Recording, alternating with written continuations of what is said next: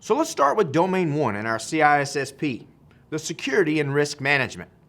We're going to talk about things like security, risk, compliance, laws, regulations, and some business continuity.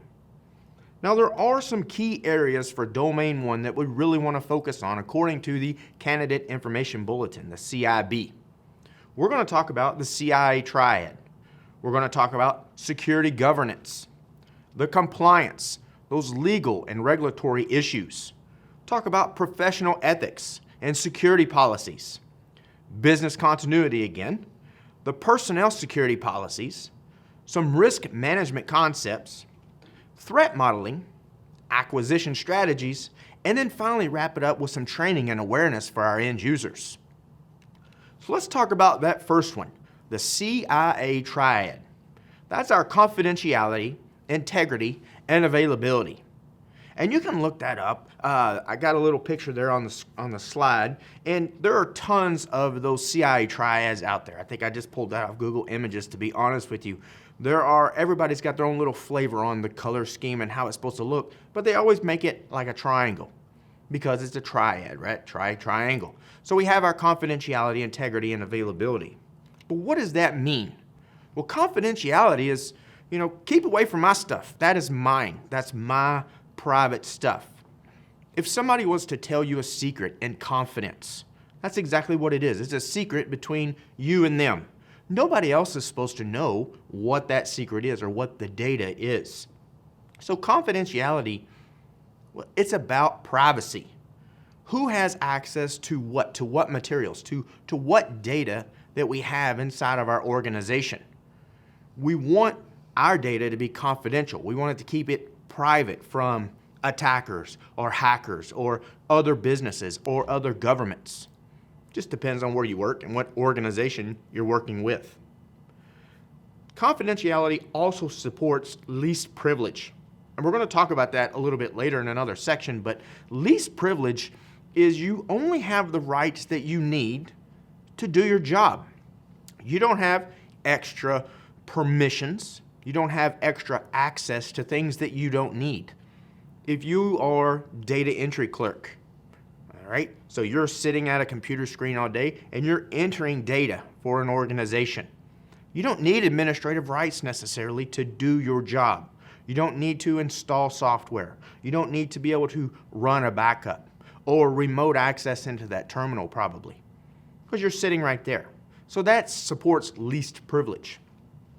Now, a very good example of confidentiality is using encryption. And we'll talk about encryption throughout this whole series, but encryption is taking data and making it where it's not readable by somebody else without knowing the key. If I spoke my own language, I could encrypt English, and if you knew how I encrypted it or changed the language around, you could decipher that. You could understand. But if nobody else did, it would just sound like a bunch of gibberish to them. That's privacy, right? I understand it, you understand it, but that's the confidentiality, keeping it secret, staying away from my stuff. But what about integrity, the I when it comes to the CIA Triad? Integrity means the trustworthiness. If you need to have any key association or word associations, when you think of integrity, you need to think of trustworthiness. And we're talking about the trustworthiness of the data, or it could be a machine. We may have a machine in our organization that has been compromised, so the integrity of that machine is now in question. Is there an attacker inside of that machine with malware, with a Trojan, with a backdoor, with a rootkit? Has that machine been compromised enough where it affects our organization? And then we could have the trustworthiness of that data. Has it changed? Did something change in transit? Did somebody intercept some packets and inject something to make that data change? A good example of that is hashes, right? If you download a legit program, and I'm not talking about anything illegal downloads, but you can go get, say, images for Linux distributions, for example. And if you go to the website to get this Linux distribution, you may see right below or right above, somewhere around the download leak, you might see something like it says MD5 hash or SHA-1 hash. And it's got some characters out there that don't really mean anything. It's not readable, but it's a bunch of numbers and letters, and they're just kind of all jumbled up. That is the hash of the file that's on the web server or the file server or wherever your FTP server, wherever you're downloading it from on the web. So you click on that, you go ahead and download that file, and you can hash that out at home. What you're doing is checking the integrity, the trustworthiness of that data. So you hash it out, you get a number, you take your number and you compare it to what's on the web, because the web author, hopefully, if they haven't been compromised, put that hash on their website. And if they match, then you know the trustworthiness is good. The integrity of that file is good. But if it doesn't match, maybe the web server was compromised. Maybe somebody put a bogus file out there, or something happened in transmission. Maybe you got a corrupt file. You missed something didn't get downloaded, or you were a victim of a man-in-the-middle attack. I could go on and on. But that's integrity, the trustworthiness. You can trust that download was okay. And then what about the A? It's probably the easiest one to understand when it comes to the CIA triad, and that's availability. Is the data there when you need it? Are the services there when you need them? If you have a cloud provider, let's say you have services in the cloud that you're the customer, right? You're going to have an agreement with that provider of when your services are going to be there. Are they always available? 100% uptime is not really feasible. I've had many discussions with other IT pros, security professionals. We've kind of come to the consensus it's not possible, because if you're down for 1 second, that's not 100%. I don't care how many nines you have after the decimal spot, it's not 100%. So most of the time that's unfeasible. Probably heard of the 5 nines or the 6 nines. Are you going to be up 99.999% of the time, or 99.9999% of the time? Was that 6? Right? So the 5 nines or the 6 nines. That's what you say. I'm going to be up almost 100% of the time. I think like the 5 nines is like 30 minutes a year is the downtime you can have, and the 6 nines is like 5 minutes a year. Well, that's not very long for 365 days. So that's a pretty good goal, right? But that's availability. Is it there when we need it? If I was to get on my cloud provider and try to check my web-based email, is it there? Is it available to me all the time, or almost all of the time? What's the number one threats to our availability? If you think about that, are you there, is DOS attacks, a denial of service attack. And we're going to talk about that one a little bit later too. Could be a denial of service, could be a distributed denial of service, right? Those DDoS attacks you may hear about. If I'm constantly flooding you with information and you can't service any more requests, well, that affects the availability of your services. If you're the provider or if you're the customer. If I'm the customer and I can't get to my cloud services or my shared services or whatever you want to call them out there because somebody else is inundating you with tons of data, I can't get my stuff. So security governance. Now, when we're going to talk about security governance, it's another one of those key areas.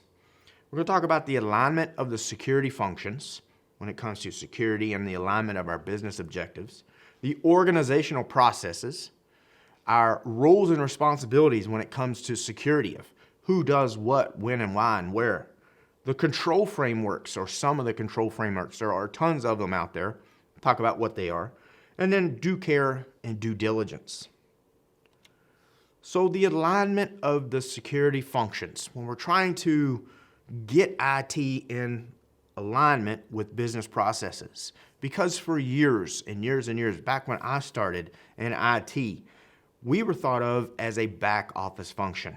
That's the IT team over there. They don't, they take care of our computers. They don't really do anything when it comes to the business functions. Because what would we do back in the day, right? We only spent the money. We had a budget, maybe. If not, we were usually thrown up under somebody else, and they had a budget. We had to beg for money because we needed a new switch or put a firewall in place because we were trying to mitigate something. We just used company resources. We didn't ever make any money, right? We don't, make money. If you, manufacture tires, you may have an IT team, but the IT team and the security folks and everybody else that's involved with that team, they don't make money by selling tires. They're trying to take care of your computers and your infrastructure, make sure your machines are running properly. They can save you money as far as preventing downtime, but that's where we have to align our security functions of do this, and don't do this with the business objectives. We have to prove our worth. We have to show them what the worth is of our security functions, of what we say we need to be doing and what we say we really shouldn't be doing that. We really shouldn't be posting all that on our social media websites about the latest and greatest product that we have coming out. I know you want to brag, and I know that makes you feel good, but you're also putting competitive intelligence information out there. Maybe it's violating patents or trademarks or privacy laws. So we have to be careful with that. So we have to align this, all right? You're going to hear terms like cybersecurity, information security, security governance. Those are all buzzwords when it comes to lining up our security functions with these business processes. So when it comes to security governance, the intent of governance is supposed to guarantee that the appropriate information security activities, the things that we do daily, are being performed to ensure that the risks are appropriately reduced. So we do all this stuff in our businesses, our organizations, all day long. And we have risks associated with that. But we want to make sure with security governance, as a security officer or whatever title you have, that you're minimizing the risks as much as possible. We don't want to do something that has a high risk to our company, to our organization. That's only introducing vulnerabilities, and we're going to talk about those a little bit later. But you're introducing weaknesses. You're trying to be able to be exploited by somebody, an attacker, a hacker, whatever label you want to put on them. So again, we want to make sure that we have security governance in place. Our security professionals are doing their job and trying to minimize that risk as much as possible. Now, we also want to make sure that our information security investments are appropriately directed. So what that means is, we get a budget, we get some money, and are we spending that money wisely? Sure, we can say, okay, Mr. IT team, security folks, here's your budget, here's $1 million for a year. Well, if we see the latest and greatest firewall, it may have more bells and whistles than a circus. But if it's over the top or it doesn't meet our needs, but we've spent 10% of our budget on this one device already, is that appropriate? Are we spending money wisely? That's part of security governance as well. We don't want to spend more money to protect something than what we're protecting is worth in the first place. We don't want to buy a $100,000 piece of hardware, a control, something to mitigate risk, something to protect us when we're only protecting $25,000 worth of data or services or equipment. Doesn't make sense. Security governance. We want to make sure that executive management has visibility into the program, and we need to make sure they're asking questions to determine that effectiveness of the program. We have to get them involved. We need executive or upper management buy-off on what we do. Again, it goes back to proving our worth, proving that we do know what we're doing when it comes to security, when it comes to security governance, that we're not going to, have smoke and mirrors, say, well, we really have to have this, and we start talking in a bunch of technical terms that they might not understand, and now all of a sudden, the flux capacitor is out, and we need this because the laser's on the fire. All that's not going to make sense to them. And it might sound cool. We make it sound amazing because we want this. But do we need it? That's where security governance comes in. So we want to line up our information security management with the missions, the goals, and the objectives of the organization. That's the alignment of those security functions. All right? We want to make sure that what we say needs to be in place meets the goals of the organization. We don't want to choke off the objectives or choke off the mission and goals of our organization because we're so strict with our security governance or so strict with our security, procedures and policies that we may have in place. We want to make sure that the business can continue to flow and continue to make money, because that's going to be the bottom line that drives management. So they need to continue doing what they're doing, but at the same time, we have to interject ourselves to make sure that everything is properly secured, that we're not leaking information, that we don't have, PII getting out there. We're going to talk about that a little bit later too. That's that personal information. We got to make sure that everybody's following the right policies, password policies, web use policies, social media policies. All right, there's tons of things that we have to do to align our security functions. And that's all this whole book is about, really, is making sure that information security management, or your job as an ISO, security officer, or security manager, whatever title you have, lines up with the business objectives. We can make assessments on risks and mitigation techniques, and then we want to communicate those, again, to executive or upper management. Now, the higher we can get it up the chain, the better, all right? Because we need to be heard, properly and effectively.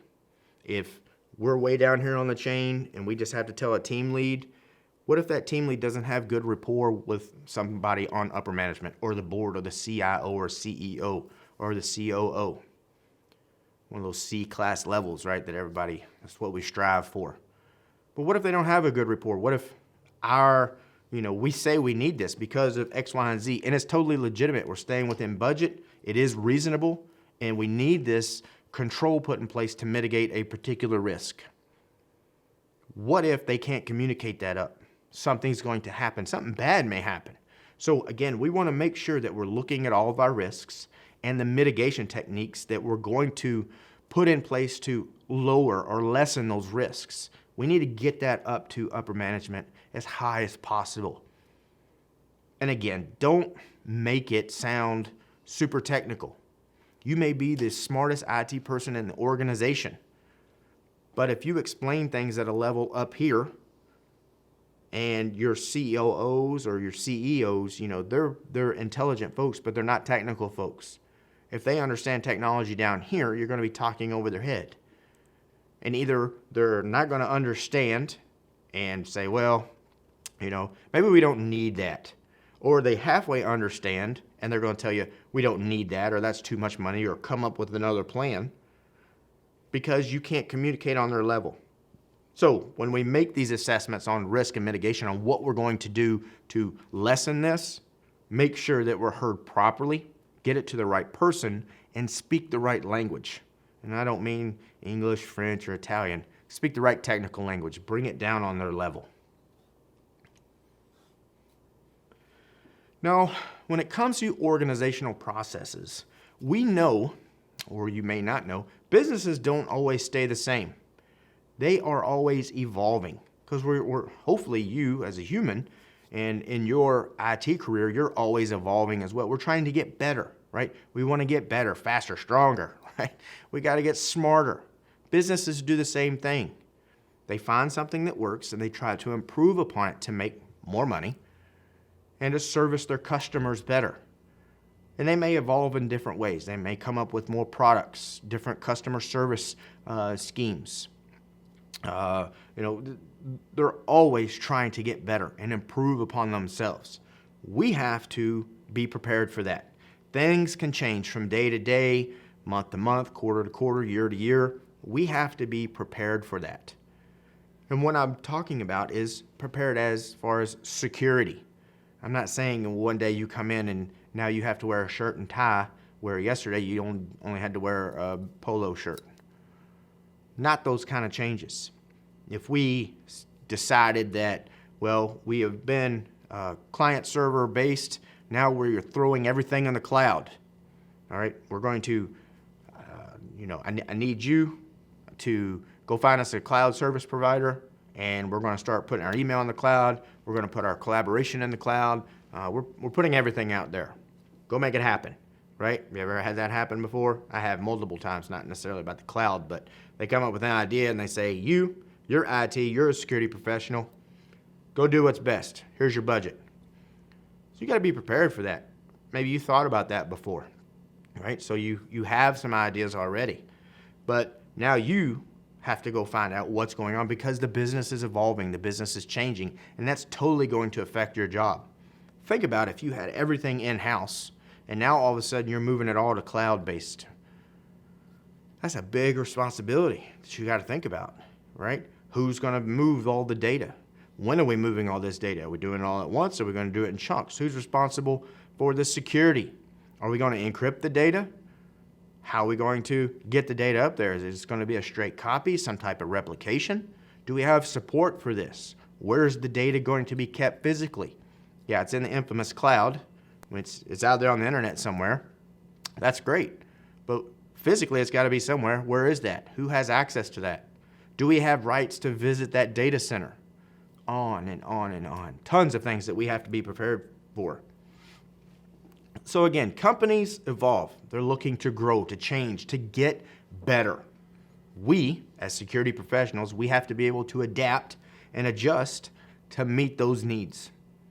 And if we don't, well, either the business is going to fail, or that's going to be one of those resume generating events for us where we may have to go help another organization because they're moving on. And if we're not ready to move on, we may not be in the position that we need to be in, and we need to go find something else, right? Now, when it comes to these organizational processes, some of these things that could change would be like an acquisition or a merger, right? If it's a merger or acquisition, that's organizations combining, right? You have company A, company B, they kind of do the same thing. They may be struggling a little bit, or one may be struggling and one may be doing very good. But company A likes what company B is doing as far as their concepts, their proof of concepts, the products they have maybe, so they can merge. Or company A could just acquire company B. And now their employees come over here. Their security policies come over here. That's right, their threats come over here. So an acquisition, a merger, as a security manager, you have to think about that. Well, now I've got double the threats possibly. I'll have more risk involved. What about the vulnerabilities? You may not know anything about their security posture over here in company B. And now all of a sudden I'm supposed to inherit all of their problems. We have to think about that. We have to be ready for that. Different data types, different technologies they use. We may use a couple vendors over here. They may use completely different vendors over here. Is that going to be a learning curve for somebody? Is their IT team going to merge with ours? Just getting away from all the technical stuff and policies and IT. What about just personalities in general? Have you ever got thrown together and you say, okay, you two don't know each other, but now you have to secure this whole network? You know, I've been in IT a while. We always like to think that we're the ones that are right. Well, company A may be doing things the right way. Company B may be doing things the right way. You bring them together, and now who's right? Who has control? You might have to think about business partner changes. If company B did business with another company C, but we didn't, now we have to think about their threats, their vulnerabilities, their risk. What type of relationship did they have? Did they allow them to come into the infrastructure? Did they follow security policies? So acquisition and mergers, again, they're combining. We're taking two companies and combining them or bringing one over. Now, some mergers, they can be friendly. You know, they say, oh, hey, you've got something to offer, you've got something to offer. Let's come together for the better of both companies. We can service our customers better. We can make a better bottom line dollar. So that would be friendly, right? Everybody's on the same page. But could be a hostile. You may have a hostile takeover, something like that, where you're acquiring, not really a merger. Company B's kind of struggling over here. Company A, we're doing pretty good. And again, I like some of your products or your services, the way you do things. So I'm just going to buy you out. I'm going to acquire your company. So again, goes back to when I said get away from the technical stuff for a second, just think about personalities. You know, if you're merging and everybody's happy about it, people tend to work together a little bit better. But if you feel like you've been acquired or forced to do something, so you can either come work for us or you can go find another job. Well, if you want to keep your job, if you have to keep food on the table, you're going to take this job, but you may not be real happy about it. So when you start talking about threats and vulnerabilities, disgruntled employees, new policies, data types, that those personalities, those bad feelings or negative feelings may affect some of that. So we have to take all that into account. You may have divestitures or spin-offs where it's the opposite. We're breaking it apart now, right? The opposite of an acquisition or the opposite of a merger. That may involve spinning off part of the organization or possibly a complete liquidation of an existing organization. So now we're going the other way. And as a security professional, what does that mean for us? Well, do we have data loss? We have a company here, and we've gotten so large, and maybe we're in those business silos. Maybe you've heard of that. And this silo is doing its own thing, and it's doing great, and this silo is doing its own thing and doing great. So we might spin it off. And now this is its own little company, and this is its own little company. But did we lose any data when that happened? Surely they communicated somehow being in their own company, but do we have data loss? Did some of the data that this silo used is in this silo? So did we lose that information? Think about threats opened by IT holes, right? If we spin off, or if we break up, well, IT jobs may be lost. Did we lose any security analysts? Did we lose any developers that were, good as far as when it came to security? Do we have those holes there? Did somebody just say, well, I don't want to do this, I'm going to retire? Maybe it was time for them, right? Did that leave a hole in IT? And now we have to bring in an intern or somebody that doesn't understand our security posture. So we may have threats opened by those IT holes, security holes by people or those services like I mentioned. Maybe they're missing now, and we have to plug those holes in, right? We don't want Swiss cheese. We want a solid piece of cheese. We don't want those security holes in there. We want to plug those holes up so those threats aren't coming in. Because those holes, right, we haven't talked about this yet, but you may very well know this, is, those are vulnerabilities. Those are weaknesses introduced into our infrastructure now. And we don't want that. We don't want vulnerabilities. We want to try to plug as many holes as possible to minimize our risk.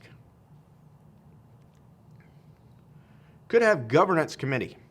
Now, these folks are responsible for recruiting and maintaining the governance board for, say, a particular company or for a particular organization.